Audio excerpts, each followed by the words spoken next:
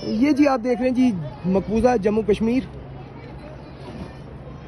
बिल्कुल सामने, और पाकिस्तानी कश्मीर यानी कि आज़ाद कश्मीर और मकबूजा कश्मीर के दरमियान सिर्फ ये एक दरिया है, दरिया नीलम,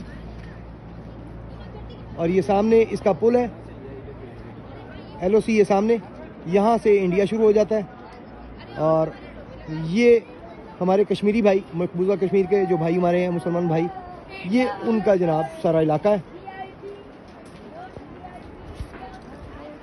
वो ऊपर इंडिया का झंडा लगा हुआ है और एक इधर लगा हुआ है, लेकिन शायद कैमरा ना दिखा सके क्योंकि बहुत दूर है, काफ़ी हाइट पे है। इस वक्त हम काफ़ी हाइट पे खड़े हैं। पाकिस्तान की जो आबादी है वो काफ़ी ज़्यादा हाइट पे है, साइड जो है, और इंडिया की जो साइड है वो काफ़ी नीचे जाके है। जो मकबूजा कश्मीर है, इंडिया की तरफ कश्मीर है, वो काफ़ी नीचे जाके है।